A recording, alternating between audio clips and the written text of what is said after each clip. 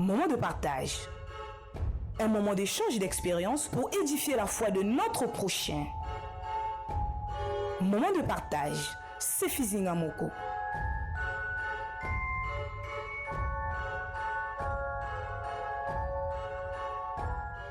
Vous êtes sur la 92.5 FM. Merci de nous rejoindre dans Moment de partage. Moment de partage est une émission d'échange d'expériences. En tout cas, une émission qui vous met au parfum de ce que le grand Dieu, Jésus-Christ, a accompli dans la vie de ses enfants. En ce qui concerne notre numéro d'aujourd'hui, nous avons reçu dans le studio de Luxe FM, le studio 50, la sœur Darcia Mouloumou qui a un témoignage à nous partager. En tout cas, un témoignage pas comme les autres. Chers auditeurs, je vous invite à suivre son témoignage. La sœur Darcia Mouloumou, bonjour et bienvenue à l'émission Moment de partage. Bonjour Madame Zingamoko. Comment vous sentez-vous je me sens dans bien. ce beau studio 50 de Luxe FM? Ça va, mais un peu de stress, mais ça va. Non, j'espère que ça ira. Il faut ôter le stress parce que c'est pour la gloire de Dieu que nous sommes ici. Vraiment, ça va. Et je puis rassurer à nos chers auditeurs que ce témoignage, en tout cas, je l'ai écouté avant même que je sois en direct avec vous. Ce témoignage m'a beaucoup frappé et si ça m'a frappé moi, ça vous frappera aussi parce que c'est Jésus-Christ qui agit au travers de notre sœur Darcia Mouloumou. Alors sœur Darcia, vous avez porté une grossesse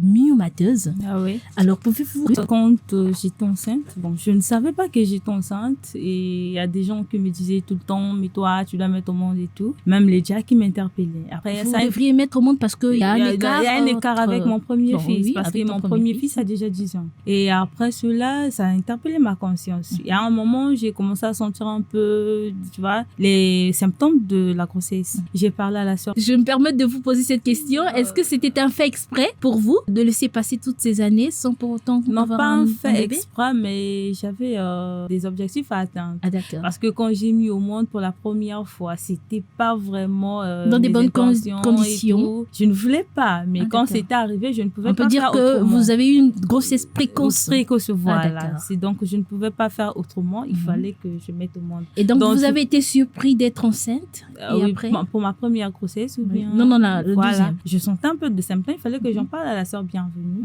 parce que à tout moment on était avec elle et elle m'a dit on va à l'hôpital comme ça là-bas tu sauras mieux si c'est bon. Quand nous sommes arrivés, on nous a dit non, on ne peut pas vous suivre. Commencez par l'échographie. Exactement. Et quand nous sommes allés faire l'échographie, la réponse est sortie que vous êtes une grossesse de 7 semaines et c'est une grossesse myomateuse. Voilà. Et je me suis dit mais comment? Et puis l'infirmière qui me l'a fait, elle me demande vous avez une grossesse myomateuse, dites-moi d'abord madame, est-ce que vous avez mal? J'ai dit non, je ne sens aucun mal, de surcroît je fais un travail de commercial. Oui, vous êtes tout le temps sur le terrain. Tout le temps sur le terrain et tout, donc je n'ai pas mal. Elle a dit waouh, mais vous êtes tellement compliqué.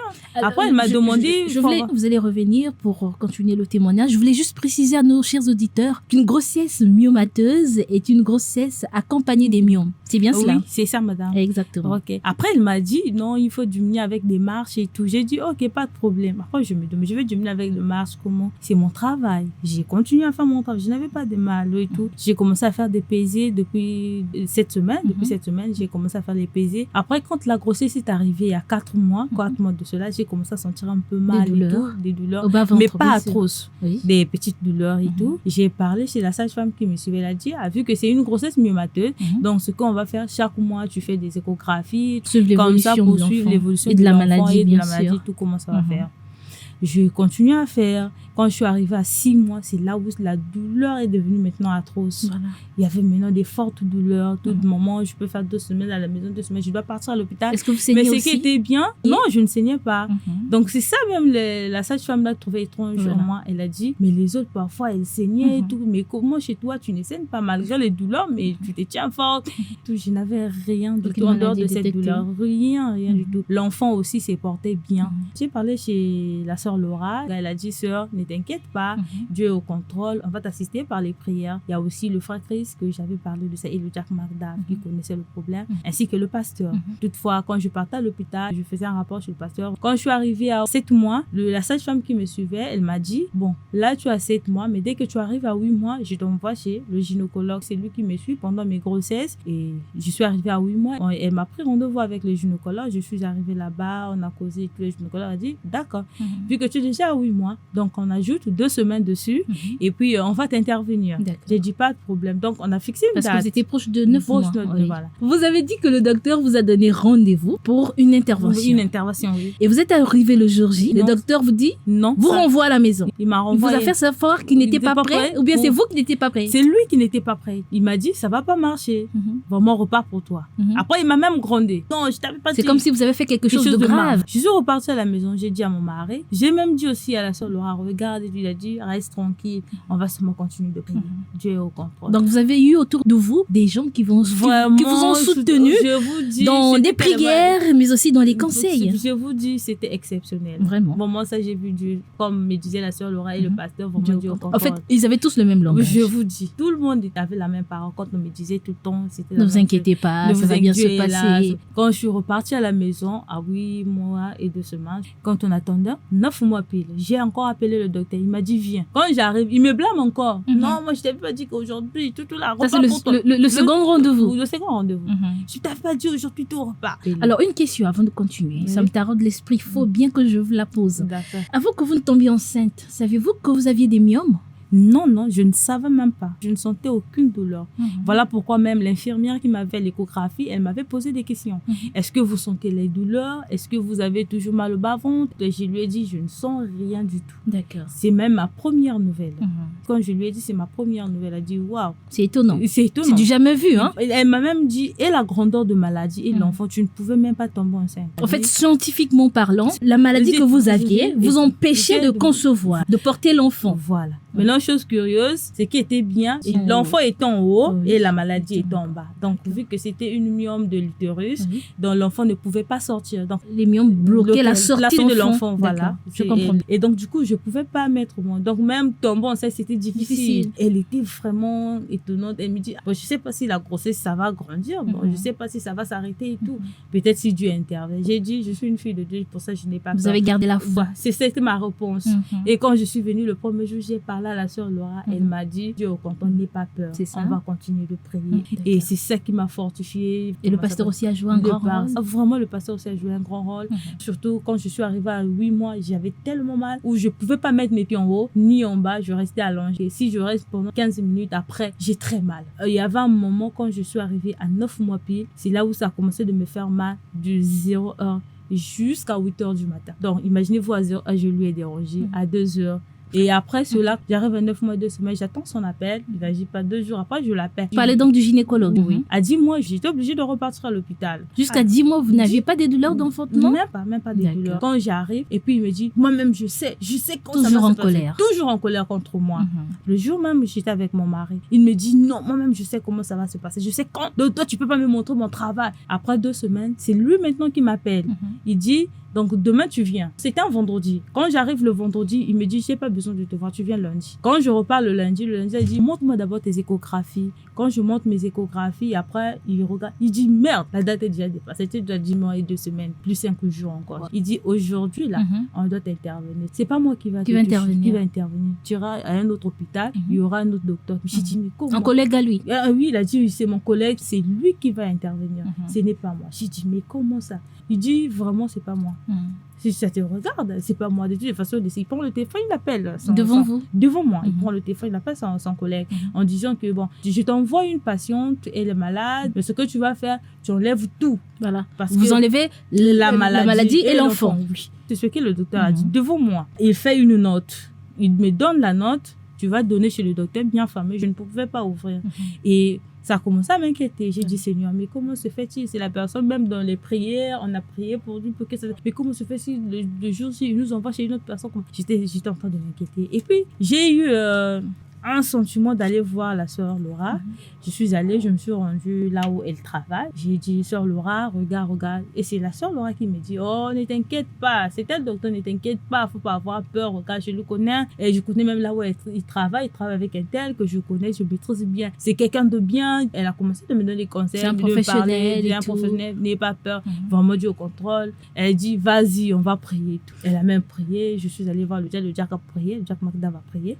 Et ensuite, je suis partie. Quand je suis partie, je suis arrivée à la maison et tout. Mon mari était un peu stressé, mais dès lors que la sœur Laura m'a parlé du docteur, elle m'a dit, n'aie pas un peur, bon docteur, c'est un professionnel. J'ai été tellement rassurante, j'ai été tellement forte. Ça dit, ça m'a fortifiée, ça m'a donné la force. Du coup, même quand je suis arrivée à la maison, j'ai préparé pour mon mari, il a mangé. Donc, tu vois que mon mari, lui, il était stressé, mais moi non plus. Il m'a même dit, oh, toi, c'est comme si tu pars pas pour un combat, c'est comme si tu es pour toi à l'aise. J'ai dit, il n'y a rien, on va dire, on a Dieu, non, il ne faut pas avoir peur. Nous sommes rendus à l'hôpital, nous sommes arrivés à 18h et il y a une sage-femme qui nous a reçus. Quand la sage-femme nous a reçus, j'ai expliqué chez la sage-femme, je lui ai tendu la lettre. Et elle a pris, elle m'a dit, donc on attend le docteur, parce que le docteur, lui, il en bloque, donc on attend quand il va sortir, puis je lui remets ça. J'ai dit, ok. J'étais là avec ma grande soeur et mon mari, on attendait. Le docteur, il est sorti, il est même venu là où on était avec la sage-femme, et la sage-femme, vu que je ne connaissais pas le docteur, la sage-femme, elle aussi, elle ne me présentait pas aussi que ça, c'est le docteur. Non? Donc, le docteur est parti, elle dit, attends, j'arrive. Quand elle est partie, elle est allée causer avec le docteur. Elle est revenue, elle m'a dit, bon, j'ai causé avec le docteur. Le docteur a dit, il ne veut pas vous voir. Donc, vous et lui seulement au bloc. Donc, on vous prépare et puis vous allez partir au bloc et tout là. Mais il ne peut pas vous voir. En plus, il a dit, il ne va pas enlever la maladie. Lui, il va seulement enlever l'enfant.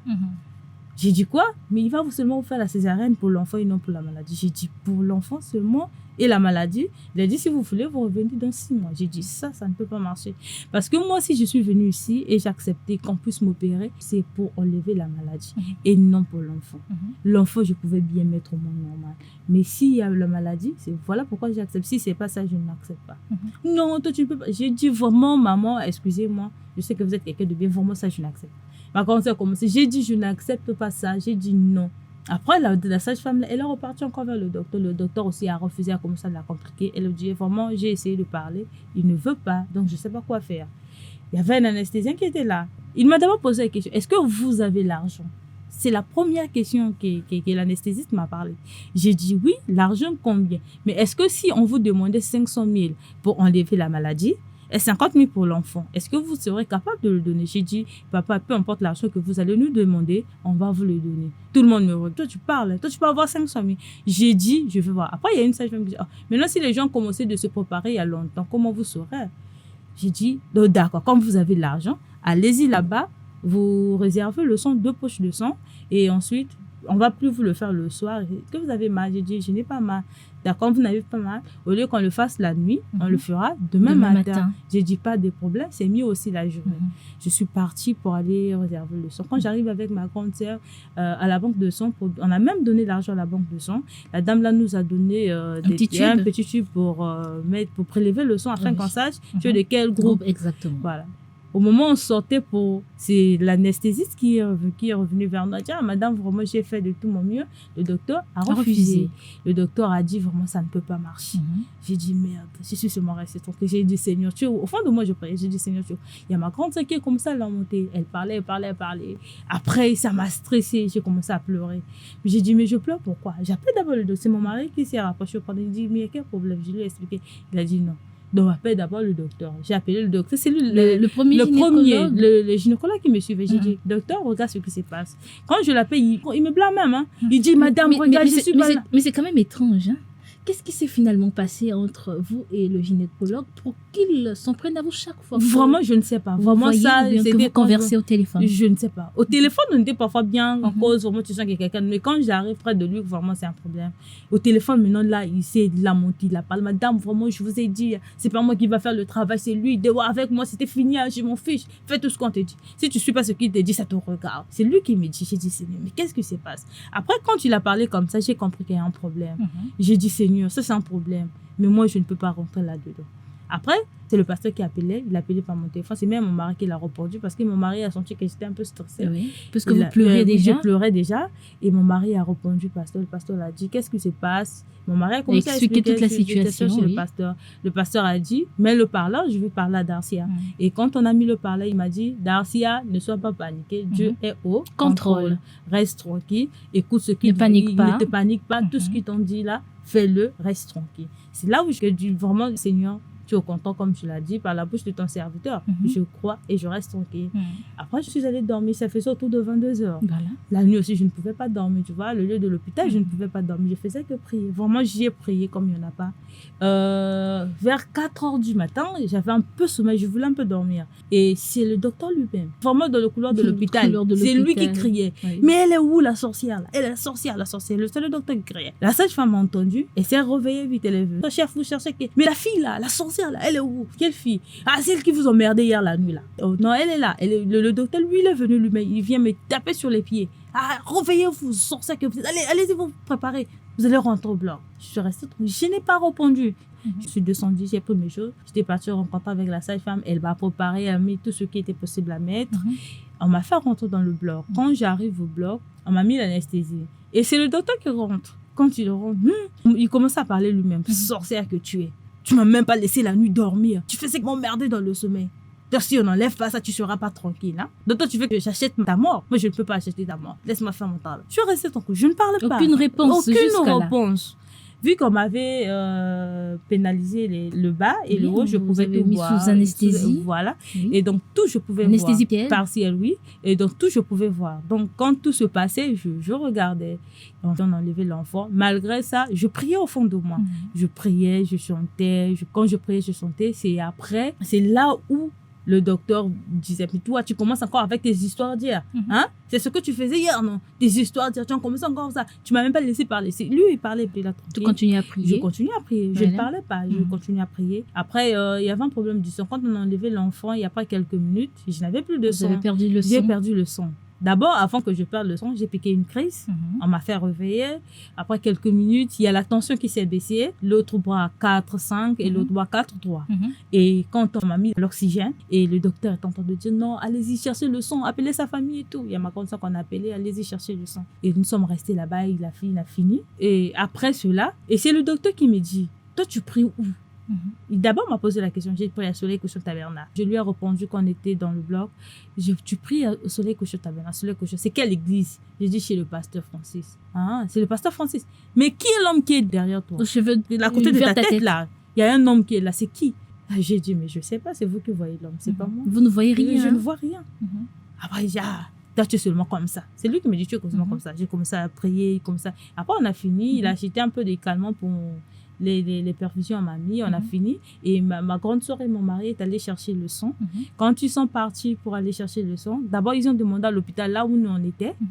Et il n'y avait pas le sang. Il n'y avait pas le sang, là où vous étiez. Voilà pourquoi ils se sont déplacés vers un autre hôpital. Vers notre hôpital. Quand ils arrivent là-bas aussi, il n'y avait pas le sang. Qu'est-ce qui s'est passé?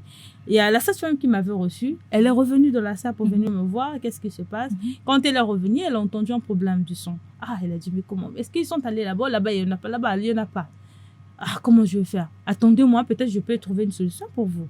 Et elle appelle l'autre l'hôpital pour demander le sang. Quand elle appelle là-bas, c'est son frère, son grand frère qui travaille là-bas.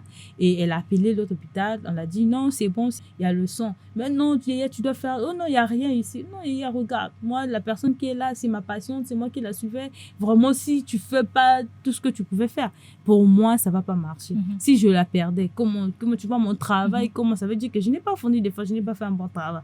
Le grand frère aussi. Et a fait des sommets pour trouver des poches de sang pour vous sauver. Et ce qui était paradoxe en cela, le sang là n'était pas venu auprès de mon mari, mais dans le véhicule où on emmène le sang, on appelle ligne rouge. Wow. Donc dans la voiture c'est spécial. C'est tellement spécial. Je ne sais pas si vous écoutez ce que moi j'écoute, donc, mais vraiment c'est merveilleux. On a mis ça dans cette voiture et le sang venait à l'hôpital. Wow. Et même quand le sang est venu, j'étais déjà sortie du bloc. Donc, à 30 minutes de ma sortie du bloc, c'est là où le sang est arrivé. Et quand je suis sortie du bloc, le docteur est parti. Attends, vous avez quand même pu sortir du bloc malgré que vous avez perdu du sang? Oui. Le docteur est en train de faire son travail. Et il a enlevé la maladie. Et il m'a même montré ça. Il tenait ça avec les deux mains. La maladie? Wow. Et c'est après où le docteur a dit, tu as vu, tu allais mourir. Tu as vu ta maladie, tu voulais me tuer à cause de ta maladie. Ta maladie est là, j'ai enlevé ça. Mais c'est quand même curieux, hein, parce que le docteur, le premier gynécologue, a donné une recommandation pour dire à son collègue que non, d'abord au téléphone, il dit, sauvez l'enfant, enlever aussi la maladie. Oui. Seulement dans la recommandation, le gynécologue, le premier, demande au second de sauver l'enfant, mais de laisser la maladie. Mais comment vous êtes arrivé à la conclusion où les deux au fait, on vous a sauvé. On a sauvé l'enfant, on a aussi extrait la maladie de votre corps. Ça, c'est Dieu qui agit. Vraiment, je dirais ça à haute voix. On peut dire que c'est l'effet de vos prières. C'est l'effet de nos prières et c'est Dieu qui agit. Dans toutes les prières qu'on a faites dès le début et jusqu'à ce jour, Dieu ne pouvait pas abandonner ça. Parce que Dieu n'abandonne jamais ses enfants. Il exauce toujours les prières des saints. Et donc, le sang est arrivé dans la ligne rouge, dans la ligne rouge, voilà. Oui. C'est arrivé dans la ligne rouge. Et quand c'est arrivé dans la salle, il fallait que le docteur revienne. Mais avant qu'il me montre les poches de sang qui étaient venues, il m'a d'abord vérifié. Oui. Quand il me vérifie, il me dit, mais waouh, tu as le sang. Comment tu as fait? J'ai dit, vraiment, je ne sais pas. Vraiment, vous m'avez fait sortir du bloc, je suis là, je ne sais pas. Oh non, c'est bon. Parce que là, vous avez le sang, dites-moi. Après, c'est comme si les poches de sang ne servaient plus à rien. Vraiment. Après, il est resté tranquille. Après, il m'a dit, répète-moi d'abord, vous priez où vous m'avez dit? J'ai dit, chez le pasteur Francis. Très bien. Ah, donc c'est l'homme qui était à côté de votre tête. Parce que j'ai vu un homme à côté de votre tête. Au chevet de votre lit. Voilà. J'ai dit, je sais pas, c'est vous qui avez vu, monsieur. Après, il m'a dit, vraiment, tu as une longue vie, hein. Mais un conseil que je vais te donner, il faut jamais quitter cette église, rester là-bas jusqu'à ta mort. Je te dis vrai. Parce que si il n'avait pas intervenu, tu mourrais. Voilà. Il m'a dit ça clairement, tu mourrais. Et si tu n'allais pas mourir, c'est moi qui allais acheter ta mort. Donc, heureusement, si j'ai pas Est-ce que vous compreniez ce qu'il voulait dire par là? Je ne sais pas. Heureusement pour moi, j'ai enlevé la maladie. Mais un conseil, n'oublie pas ça tout le long de ta vie. En tout cas, un miracle s'est produit. Je comprends par là qu'un miracle s'est produit à l'hôpital. Une chose, à côté du sang, quand on était parti à l'hôpital à Cissé, avant que la sage-femme l'appelle, quand ma soeur est arrivée là-bas, celle qui travaille à l'hôpital, là où qu'on avait dit la nuit là de ne pas prendre le sang, et elle se disait peut-être nous on avait refusé et tout. Elle appelle l'autre hôpital pour dire que tu vois la fille qui a porté la robe là et le monsieur là, ne leur donnez pas le sang parce qu'hier on leur avait dit de réserver le sang, mais eux ils ont refusé. Ils n'ont pas fait. Ma grande soeur s'est fâchée là-bas, c'était un grand problème. Elle a pété les plombs. Vraiment, elle a pété des plombs. De surcroît, c'est sa nature. Ouais. Donc, elle a pété, c'était catastrophe là-bas, vraiment. Après, c'est là où Dieu a fait grâce par la sage-femme. J'ai eu le sang, ils sont revenus à l'hôpital. Le sang est venu par la ligne rouge, on m'a transfusé après. Donc, on m'a transfusé après 30 minutes du sortie du bloc. C'est là où on m'a bloc opératoire. C'est là où on m'a transfusé. Et je suis sortie, j'ai dit que Dieu soit béni. Bon, quand même, j'ai vu l'enfant, j'étais tellement... Quand même, vous avez aussi vu la maladie. J'ai vu la maladie, le poids. Et votre enfant, c'était une fille? Une fille encore. Et aujourd'hui, elle a déjà combien de mois? Elle a maintenant 10 mois aujourd'hui. Elle s'appelle comment? Aria. Elle s'appelle Aria. Oui. Je lui ai donné Aria, veut dire chanteuse, chanteuse de l'Éternel. Donc, j'ai voulu qu'elle chante pour Dieu. Vu que moi-même, je ne connais pas chanter, mais elle, c'est ma prière de tous les jours. Certainement que son père sait chanter. Vraiment, son père connaît chanter. Ah, voilà. C'est ma prière de tous les jours qu'elle doit servir l'Éternel. Pour moi, c'est ma prière de tous les jours. Parce que ce que Dieu a fait pour nous est tellement énorme. Oui, tellement c'est un grand témoignage. Je vous dis, madame. C'est un grand témoignage, c'est même fort. Je vous dis. Oui. Et je remercie aussi tous ceux qui m'ont soutenu, le pasteur Francis, le diacre Magda, le frère Christophe, la sœur Laura, sœur Bienvenue, ainsi que vous aussi parce que vous me soutenez dans vos prières. Merci beaucoup, vraiment, le plaisir était pour moi. Pour moi, j'ai vu Dieu. Pour ça, je n'oublierai jamais de témoigner ce Dieu. Vraiment, nous sommes ravis de pouvoir écouter ce que Dieu a fait pour toi. C'est un grand témoignage. Nous avons vu la main de Dieu en action, vous secourir, vous guérir, sensibiliser des gens que vous ne connaissez pas, pour vous aider. Vraiment. En tout cas, nous pouvons reconnaître la main de Dieu à travers votre témoignage. Et je suis sûre que c'est un témoignage qui va faire du bien à beaucoup d'entre nous. Vraiment. Et donc, c'est même l'occasion pour moi de m'adresser à nos auditeurs qui nous suivent maintenant. Si vous avez des témoignages à nous partager, des expériences aussi à mettre à notre disposition, en tout cas, n'hésitez pas de nous appeler au 05 037 51 51. Nous en avons vraiment besoin. Et les enfants de Dieu certainement en ont besoin parce que les témoignages, ça fortifie, ça donne du courage, ça nous permet d'avancer, d'avoir encore un peu plus confiance en Dieu parce que ce Dieu-là, il n'est pas mort. Hein. Vraiment, il est vivant, il est vraiment vivant. Il est le même hier, aujourd'hui, pour toujours. Il ne change pas, madame. Moment de partage, madame Darcia Mouloumou, merci. Merci beaucoup, Madame Zinga Moko, pour m'inviter sur le Luxe FM. Je suis tellement émue, tellement. J'ai vraiment de la joie de témoigner la grandeur de Dieu, de ce qu'il a fait dans ma vie. C'est tellement énorme. Le plaisir. J'ai même des larmes aux yeux, tu peux pas imaginer. Ah, il faut pleurer quand il faut pleurer. Hein. Le plaisir est vraiment partagé. Merci. Moi également, je suis très contente de vous avoir reçu, mais aussi d'avoir écouté ce témoignage qui m'a aussi fortifiée. En tout cas, là, je vois les larmes aux yeux. Chers auditeurs, si vous étiez en face de moi, vous l'auriez vu, mais c'est la joie qui s'exprime, c'est la reconnaissance envers Dieu. Nous bénissons le Seigneur pour la sœur Darcia et également pour son témoignage. Merci. C'est par ces mots donc que nous mettons un terme à notre émission Moment de partage. Ce fut un plaisir pour moi d'avoir été à vos côtés et on se dit au revoir et à très bientôt sur Luxe FM. Moment de partage. Un moment d'échange et d'expérience pour édifier la foi de notre prochain. Moment de partage. C'est Fizinga Moko.